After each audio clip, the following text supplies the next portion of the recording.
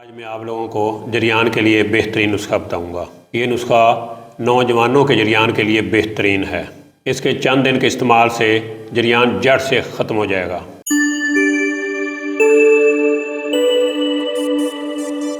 بسم اللہ الرحمن الرحیم۔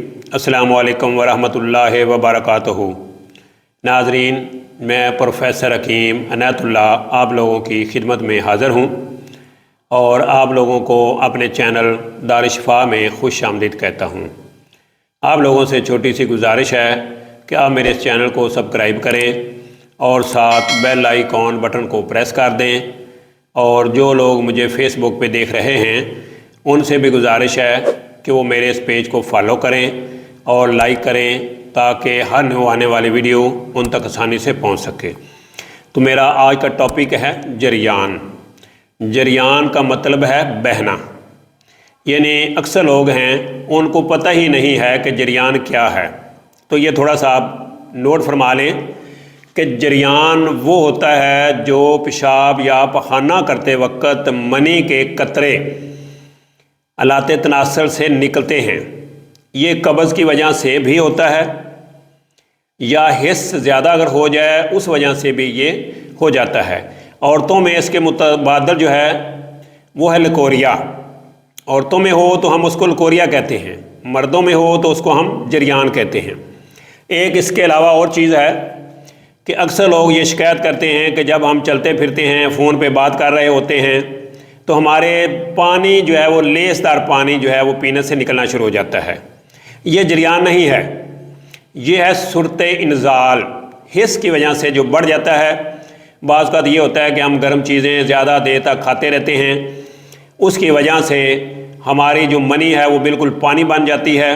تو پھر جیسے ہی ہم فون پہ بات کسی لڑکی سے کرتے ہیں یا ویسے ہی چلتے پھرتے، پانی کے جو قطرے ہیں، منی کے جو قطرے ہیں وہ نکلتے رہتے ہیں، بالکل وہ پانی ہوتا ہے۔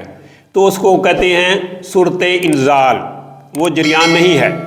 جریان صرف وہ ہے کہ پیشاب اور پخانہ کرتے وقت جو منی کے قطرے گرتے ہیں اس کو ہم جریان کہتے ہیں۔ عورتوں میں بھی یہ جریان ہی ہے، لیکن اس کو نام ہم نے لکوریے کا دیا ہوا ہے۔ تو یہ مردوں میں بھی ہو سکتا ہے، عورتوں میں بھی ہو سکتا ہے۔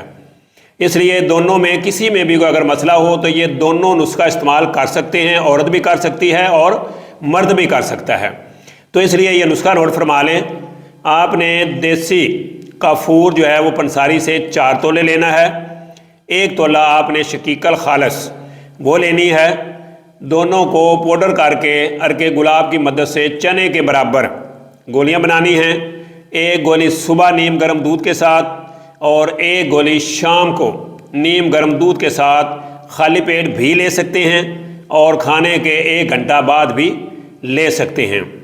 تو سیکس کے بارے میں کسی بھی معلومات کے لیے ہمارے چینل دار شفا کے ساتھ بنے رہیں، جڑے رہیں۔ انشاءاللہ الحمدللہ اللہ کے فضل و کرم سے فائدہ ہوگا۔